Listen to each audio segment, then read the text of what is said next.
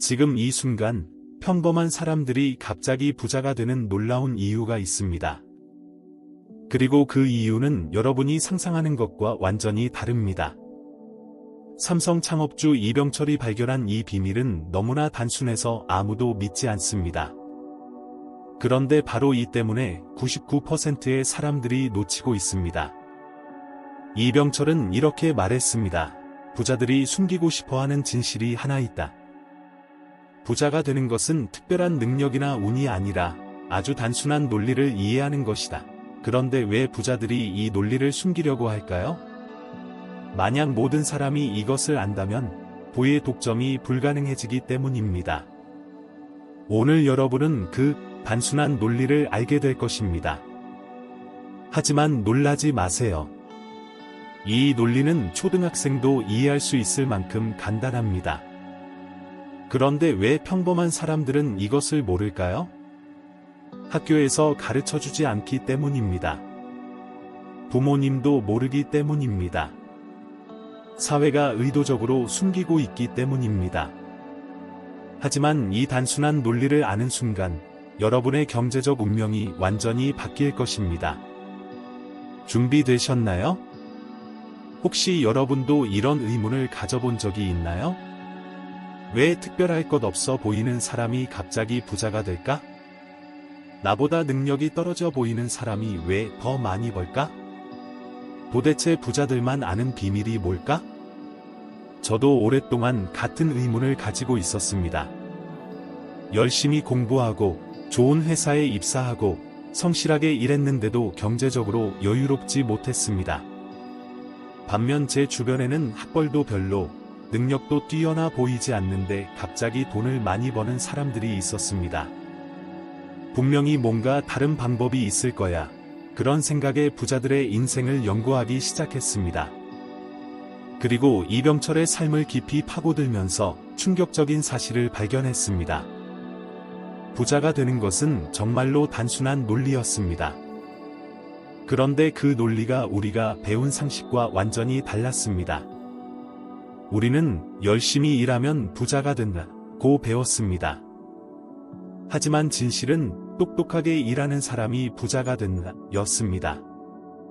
우리는 돈을 모으면 부자가 된다고 배웠습니다. 하지만 진실은 돈을 움직이는 사람이 부자가 된다였습니다. 우리는 안전한 투자가 좋다고 배웠습니다. 하지만 진실은 계산된 위험을 감수하는 사람이 부자가 된다였습니다. 이병철이 1938년 대구에서 작은 정미소로 시작할 때 그는 이미 이 단순한 논리를 알고 있었습니다. 주변 사람들은 쌀 도정이나 하는 단순한 사업이라고 생각했습니다. 하지만 이병철은 다른 것을 보고 있었습니다. 그는 사람들이 매일 먹는 쌀을 처리하는 사업이라고 생각했습니다. 즉, 필수적이고 반복적인 수요가 있는 사업이라는 것을 파악했습니다. 이것이 바로 부자들만 아는 첫 번째 논리입니다. 사람들이 반드시 필요로 하는 것을 제공하라. 하지만 여기서 끝이 아닙니다. 이병철은 한 단계 더 나아갔습니다. 정미소 사업에서 번 돈을 그냥 저축하지 않았습니다. 대신 그 돈으로 다른 사업을 시작했습니다. 설탕, 직물, 전자. 계속해서 사업 영역을 확장했습니다. 이것이 두 번째 논리입니다. 돈으로 돈을 벌게 하라. 가난한 사람들은 돈을 모으려고 합니다. 하지만 부자들은 돈을 투자해서 더 많은 돈을 만들어냅니다. 가장 중요한 것은 세 번째 논리입니다. 시스템을 만들어라. 이병철은 자신이 직접 일하는 시간에는 한계가 있다는 것을 알고 있었습니다. 그래서 다른 사람들이 일할 수 있는 시스템을 만들었습니다. 회사라는 조직을 통해 수천 명의 사람들이 자신을 위해 일하게 만들었습니다. 이 세 가지 논리를 이해하면 왜 평범한 사람들이 갑자기 부자가 될 수 있는지 알 수 있습니다. 그들은 특별한 재능이나 운이 있어서가 아니라 이 단순한 논리를 우연이라도 발견하고 적용했기 때문입니다. 예를 들어 동네 치킨집을 운영하던 평범한 사람이 갑자기 부자가 되는 경우를 보세요. 처음에는 작은 치킨집 하나로 시작했습니다. 첫 번째 논리, 사람들이 필요로 하는 것. 그 다음에는 번 돈으로 두 번째, 세 번째 매장을 열었습니다. 두 번째 논리, 돈으로 돈을 벌기. 마지막에는 프랜차이즈 시스템을 만들어서 다른 사람들이 자신의 브랜드로 사업하게 만들었습니다. 세 번째 논리, 시스템 구축. 이제 이병철이 발견한 이 단순한 논리가 얼마나 강력한지 구체적인 사례들을 통해 보여드리겠습니다. 그리고 왜 이것이 밀리언 달러 시크릿인지도 이해하게 될 것입니다. 첫 번째 논리의 심화, 사람들이 반드시 필요로 하는 것을 제공하라. 이병철은 이 논리를 적용할 때 한 가지 중요한 기준을 사용했습니다. 10년 후에도 사람들이 필요로 할 것인가? 1950년대 설탕 사업에 뛰어들 때 모든 사람들이 일시적인 수요라고 생각했습니다. 하지만 이병철은 경제가 발전하면 사람들이 단 음식을 더 많이 찾을 것이라고 예측했습니다. 결과적으로 한국 경제가 성장하면서 설탕 수요는 폭발적으로 증가했습니다. 1960년대 전자산업 진출도 마찬가지였습니다. 당시에는 대부분의 가정에 전자제품이 없었습니다. 하지만 이병철은 앞으로 모든 가정에 TV, 냉장고, 세탁기가 들어갈 것이라고 내다봤습니다. 50년 후 삼성전자는 세계 최대 전자회사가 되었습니다. 현재 성공하고 있는 평범한 사람들의 사례를 보면 이 원리가 그대로 적용됩니다. 한 30대 주부는 바쁜 직장인들을 위한 도시락 배달을 시작했습니다. 처음에는 하루 10개도 안 팔렸지만 지금은 하루 1000개 이상을 배달합니다. 왜 성공했을까요? 사람들이 반드시 필요로 하는 것, 식사를 편리하게 제공했기 때문입니다. 두 번째 논리의 심화, 돈으로 돈을 벌게 하라. 이병철은 단순히 사업 확장만 한 것이 아닙니다. 그는 복리의 마법을 일찍 깨달았습니다. 정미소에서 번 돈을 설탕 사업에 투자하고, 설탕 사업에서 번 돈을 직물 사업에 투자하고, 직물 사업에서 번 돈을 전자 사업에 투자했습니다. 여기서 중요한 것은 각 사업이 서로 연관성을 가지고 있었다는 점입니다. 정미소는 유통업의 기초를 가르쳐줬고, 설탕 사업은 제조업의 노하우를 쌓게 해줬고, 직물 사업은 대량 생산 시스템을 구축하게 해줬습니다. 이 모든 경험이 전자 사업에서 빛을 발했습니다. 현재 사례를 보면 한 20대 청년이 온라인 쇼핑몰로 시작해서 지금은 여러 개의 브랜드를 운영하고 있습니다. 첫 번째 쇼핑몰에서 번 돈을 두 번째 쇼핑몰에 투자하고 거기서 번 돈을 세 번째 브랜드에 투자했습니다. 5년 만에 월 매출 10억 원을 달성했습니다. 세 번째 논리의 심화, 시스템을 만들어라. 이병철이 가장 천재적이었던 부분이 바로 이것입니다.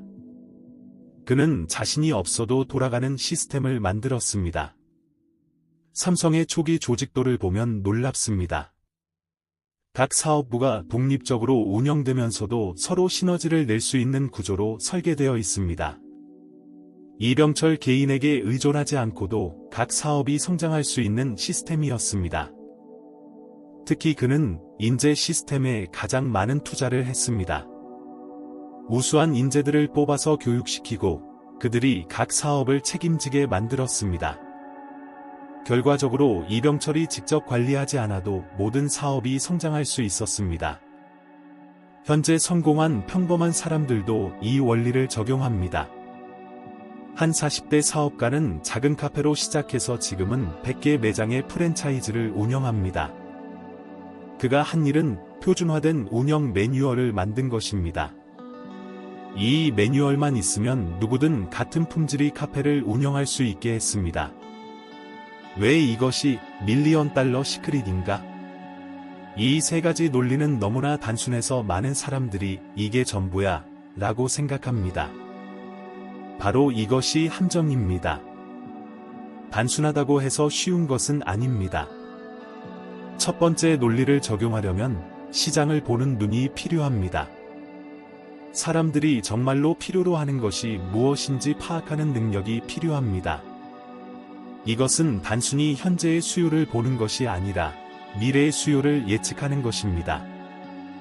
두 번째 논리를 적용하려면 위험 관리 능력이 필요합니다. 돈을 투자한다는 것은 항상 위험이 따릅니다. 하지만 아무 위험이나 감수하는 것이 아니라 계산된 위험을 감수해야 합니다. 세 번째 논리를 적용하려면 사람을 관리하는 능력이 필요합니다. 시스템이라는 것은 결국 사람들이 움직이는 것입니다. 사람들이 자발적으로 최선을 다할 수 있는 환경을 만드는 것이 핵심입니다.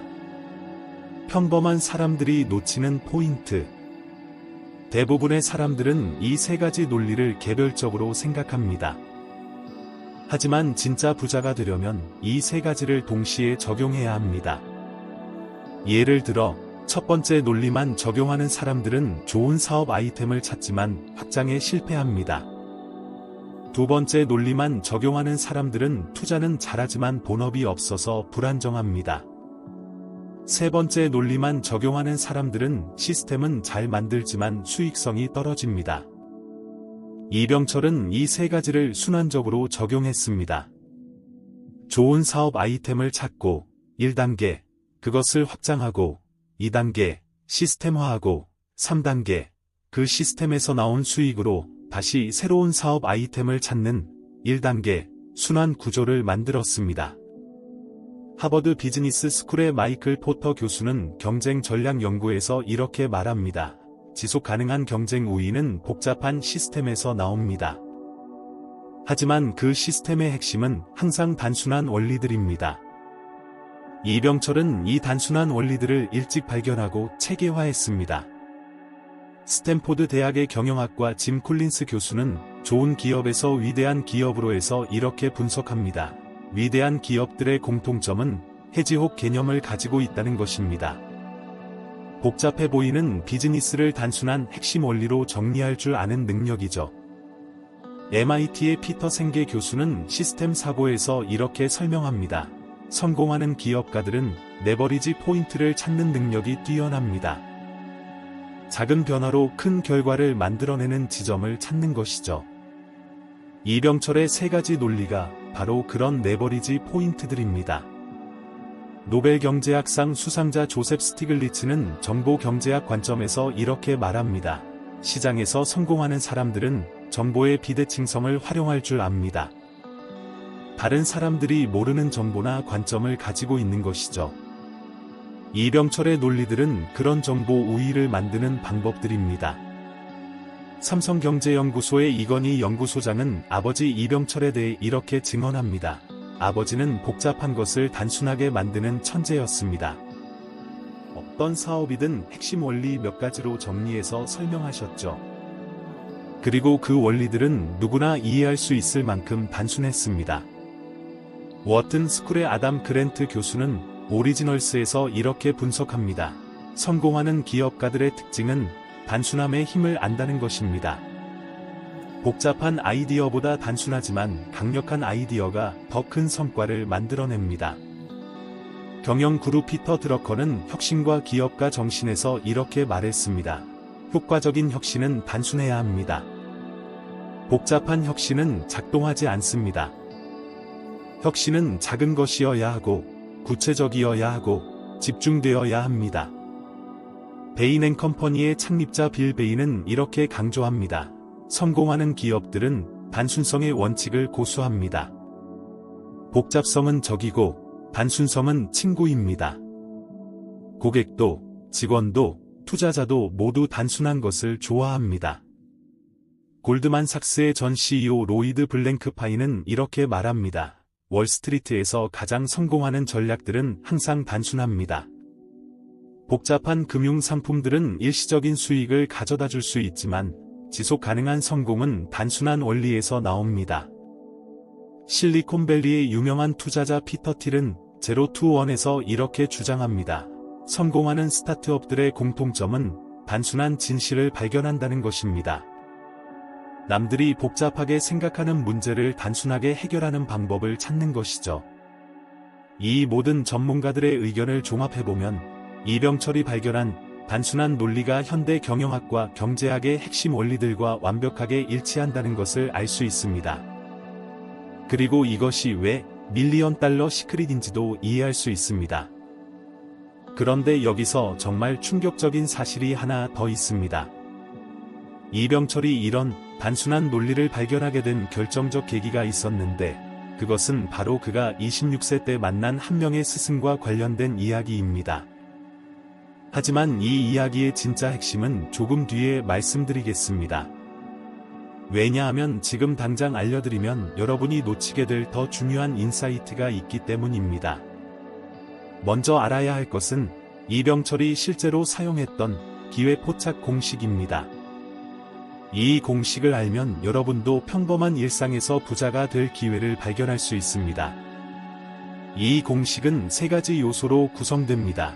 필요, 니드, 곱하기 쌓인 능력, 어빌러티, 곱하기 쌓인 타이밍, 기회, 아퍼투너티. 하지만 이 공식의 간 요소를 제대로 계산하는 방법이 이것은 아직 말씀드릴 수 없네요. 왜냐하면 이 계산법을 잘못 적용하면 오히려 큰 손실을 볼 수 있기 때문입니다.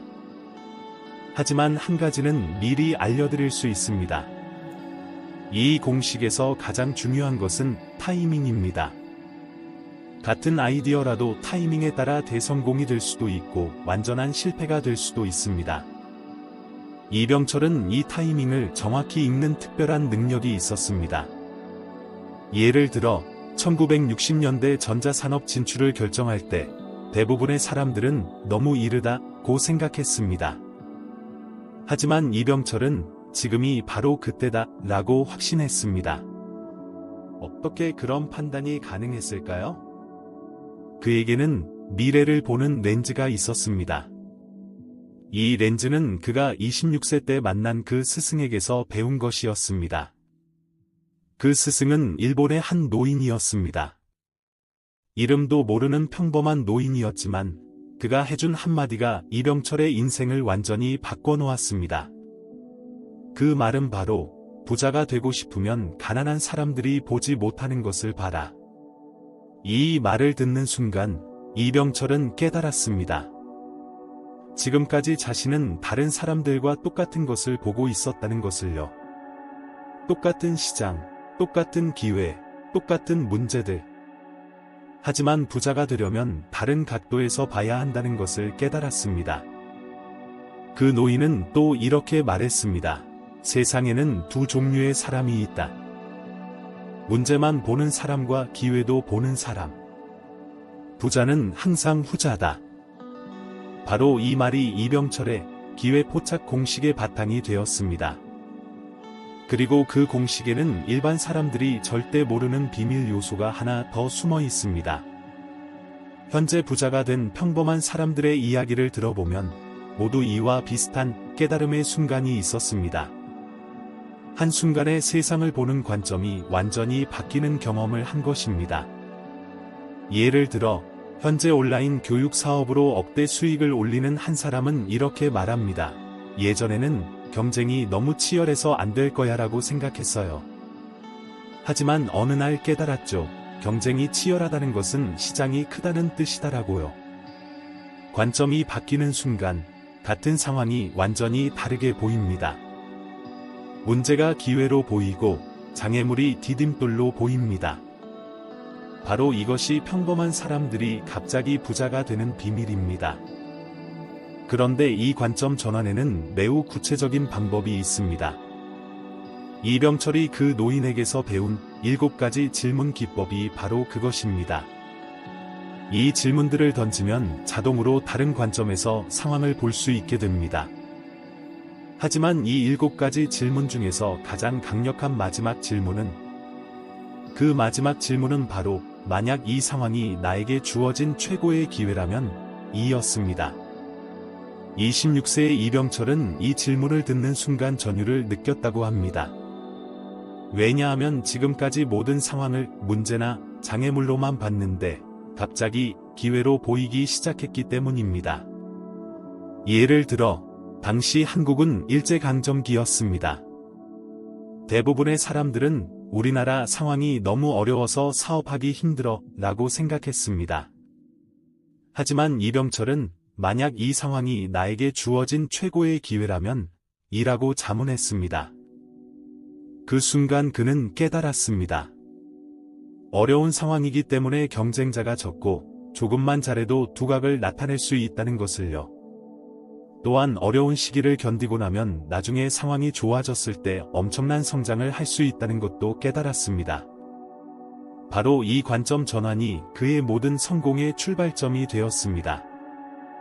그리고 이것이 평범한 사람들도 부자가 될 수 있는 가장 강력한 비밀입니다. 이런 마인드셋이 여러분의 삶에 적용되면 어떤 변화가 일어날까요? 첫째, 스트레스가 급격히 감소합니다.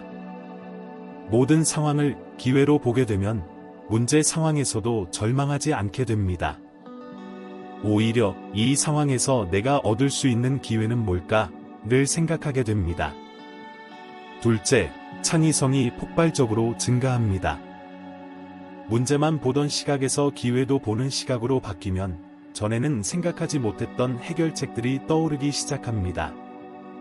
셋째, 행동력이 극대화됩니다.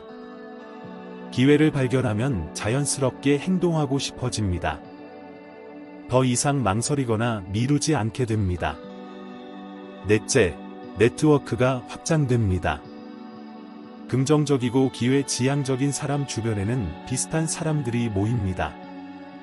결과적으로 더 많은 기회 정보가 들어오게 됩니다. 다섯째, 자신감이 급상승합니다. 어떤 상황에서도 기회를 찾을 수 있다는 확신이 생기면 어떤 도전도 두렵지 않게 됩니다. 실제로 이 원리를 적용한 사람들의 변화는 놀랍습니다. 한 40대 직장인은 구조조정으로 회사에서 쫓겨나는 상황을 맞았습니다. 처음에는 절망했지만 만약 이 상황이 나에게 주어진 최고의 기회라면 이라고 자문했습니다. 그 순간 깨달았습니다. 이제 자유롭게 새로운 도전을 할 수 있다는 것을요. 결국 그는 자신의 전문 분야로 창업해서 이전 연봉의 5배를 벌고 있습니다. 한 30대 주부는 남편의 사업 실패로 가정 경제가 어려워졌습니다. 하지만 같은 질문을 던진 후 이것을 자신이 경제 활동을 시작할 기회로 봤습니다. 온라인 쇼핑몰을 시작해서 지금은 월 매출 5천만 원을 올리고 있습니다. 한 20대 청년은 대학 졸업 후 취업이 안 되어서 고민했습니다. 하지만 이 상황을 내가 정말 하고 싶은 일을 찾을 기회로 봤습니다. 1년간 다양한 아르바이트를 하면서 자신의 적성을 찾았고 결국 자신만의 독특한 사업 아이템을 발견해서 성공했습니다. 여섯째, 학습 능력이 급상승합니다. 모든 경험을 배움의 기회로 보게 되면 실패에도 얻는 것이 있다고 생각하게 됩니다. 결과적으로 더 많이 도전하고 더 많이 배우고 더 빠르게 성장합니다. 일곱째, 행복감이 증가합니다. 항상 기회를 찾는 사람은 미래에 대한 희망을 가지게 됩니다. 현재 상황이 어려워도 이것도 더 나은 미래를 위한 과정이라고 생각하게 됩니다. 기억하세요. 이병철이 26세의 그 노인에게서 배운 그 깨달음을 부자가 되고 싶으면 가난한 사람들이 보지 못하는 것을 봐라. 그리고 그가 평생 실천한 그 질문을 만약 이 상황이 나에게 주어진 최고의 기회라면? 이것이 바로 평범한 사람과 부자를 가르는 가장 근본적인 차이입니다. 같은 상황을 보는 관점의 차이입니다. 하지만 이병철의 단순한 논리에는 아직 공개되지 않은 더 깊은 비밀이 있습니다. 바로 그가 평생에 걸쳐 완성한 보혜순환 시스템이라는 것인데 이것은 한번 작동하기 시작하면 자동으로 부를 증식시키는 놀라운 메커니즘입니다. 이 시스템은 7단계로 구성되어 있습니다. 1단계는 기회 발견입니다. 남들이 보지 못하는 기회를 찾아내는 것입니다. 2단계는 최소 투자입니다. 작은 자본으로 시작해서 위험을 최소화하는 것입니다. 3단계는 빠른 검증입니다. 아이디어가 실제로 작동하는지 신속하게 확인하는 것입니다. 4단계는 시스템 구축입니다. 개인의 노력에 의존하지 않는 자동화된 시스템을 만드는 것입니다. 5단계는 규모 확장입니다. 검증된 시스템을 대규모로 복제하는 것입니다. 6단계는 수익 재투자입니다. 벌어들인 수익을 새로운 기회에 투자하는 것입니다. 7단계는 순환 완성입니다. 이 과정이 자동으로 반복되도록 하는 것입니다. 하지만 각 단계에는 매우 섬세한 실행 기법들이 숨어 있습니다. 특히 4단계의 시스템 구축에서는 99%의 사람들이 실수하는 치명적인 함정들이 있습니다. 이 함정에 빠지면 오히려 더 많은 시간과 에너지를 소모하게 됩니다. 더욱 중요한 것은 이 시스템이 개인의 성격과 상황에 맞게 조정되어야 한다는 점입니다. 내향적인 사람과 외향적인 사람이 사용해야 하는 방법이 다르고, 자본이 많은 사람과 적은 사람이 적용해야 하는 전략이 다릅니다. 예를 들어, 이병철은 외향적이고 리더십이 강한 성격이었기 때문에 대규모 조직 운영 방식을 택했습니다. 하지만 내향적인 성격의 사람이라면 소규모 고수익 방식이 더 적합할 수 있습니다. 또한 이 시스템에는 현대 디지털 시대에 맞는 새로운 해석이 필요합니다. 이병철 시대에는 물리적인 사업이 중심이었지만 지금은 온라인 비즈니스, 플랫폼 경제, 디지털 자산 등 새로운 기회들이 무궁무진합니다. 특히 인공지능과 빅데이터 시대에는 개인화된 부의 순환 시스템이 가능해졌습니다. 개인의 성향, 역량, 관심사를 분석해서 가장 적합한 부의 창조 전략을 설계할 수 있게 된 것입니다. 실제로 현재 성공하고 있는 많은 젊은 기업가들이 무의식적으로 이 시스템을 활용하고 있습니다. 유튜브 크리에이터, 온라인 강사, 이커머스 사업자, 앱 개발자 등이 모두 이와 같은 순환 구조를 만들어서 성공하고 있습니다. 하지만 대부분은 체계적으로 이해하지 못하고 우연히 성공한 경우가 많습니다. 만약 이 시스템을 의식적으로 이해하고 적용한다면 훨씬 더 빠르고 안정적인 성공이 가능합니다. 더욱 흥미로운 것은 이 시스템이 단순히 개인의 부창조뿐만 아니라 사회 전체의 가치 창조에도 기여한다는 점입니다. 진정한 부는 혼자만 잘 사는 것이 아니라 모든 사람에게 가치를 제공하면서 생겨나는 것입니다. 이병철이 만든 삼성이 한국 경제 발전에 기여한 것처럼 개인이 만든 작은 시스템도 사회에 긍정적인 영향을 미칠 수 있습니다. 이것이야말로 진정으로 의미 있는 성공입니다. 지금 이 순간 여러분에게는 두 가지 선택이 있습니다. 첫 번째는 계속해서 복잡하고 어려운 방법들을 찾아 헤매는 것입니다. 두 번째는 이병철처럼 단순하지만 강력한 논리를 이해하고 적용하는 것입니다. 만약 진정한 변화를 원한다면 지금 당장 이렇게 시작하세요. 내일부터 일주일 동안 매일 하나씩 여러분 주변의 문제 상황을 찾아보세요. 그리고 각각에 대해 만약 이 상황이 나에게 주어진 최고의 기회라면 이라고 자문해보세요. 그 답을 노트에 적어보세요. 일주일 후에는 그 중에서 가장 현실적으로 실행 가능한 하나를 선택해서 작은 실험을 시작해보세요. 완벽할 필요는 없습니다. 이병철의 첫 번째 논리를 기억하세요. 사람들이 반드시 필요로 하는 것을 제공하라. 혹시 여러분이 이 철학을 더 깊이 배우고 싶다면 이 영상 밑에 댓글에 부의순환 시스템이라고 적어주세요. 많은 분들이 관심을 보여주신다면 7단계 부의순환 시스템의 구체적인 실행 방법과 개인별 맞춤형 적용 가이드를 담은 심화 영상을 제작하겠습니다. 그리고 지금 당장 구독 버튼을 누르고 알림 설정을 해두세요. 이런 실용적인 부의 창조 원리와 성공 철학들을 지속적으로 업데이트할 예정입니다. 마지막으로 이 영상이 도움이 되었다면 여러분의 소중한 사람들과 꼭 공유해주세요. 특히 복잡한 투자나 사업 방법만 찾다가 정작 기본 원리를 놓치고 있는 분들에게는 정말 필요한 내용입니다. 기억하세요. 이병철이 26세의 그 노인에게서 배운 그 지혜를 부자가 되고 싶으면 가난한 사람들이 보지 못하는 것을 봐라. 그리고 그가 평생 던진 그 질문을 만약 이 상황이 나에게 주어진 최고의 기회라면?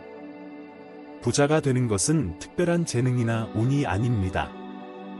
단순하지만 강력한 논리를 이해하고 실행하는 것입니다. 그리고 그 논리는 지금 여러분도 배우고 적용할 수 있습니다. 더 이상 복잡하게 생각하지 마세요. 단순하게 시작하세요.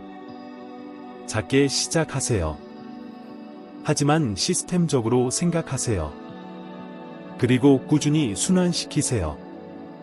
다음 영상에서는 이병철의 7단계 보혜 순환 시스템과 함께 현대 디지털 시대에 맞는 새로운 적용 방법들을 구체적으로 공개하겠습니다. 그리고 여러분의 개인적 상황에 맞는 맞춤형 시스템 설계 가이드도 제공하겠습니다. 그때까지 단순한 논리의 힘을 믿고 실행하세요. 여러분의 놀라운 성공을 진심으로 응원합니다.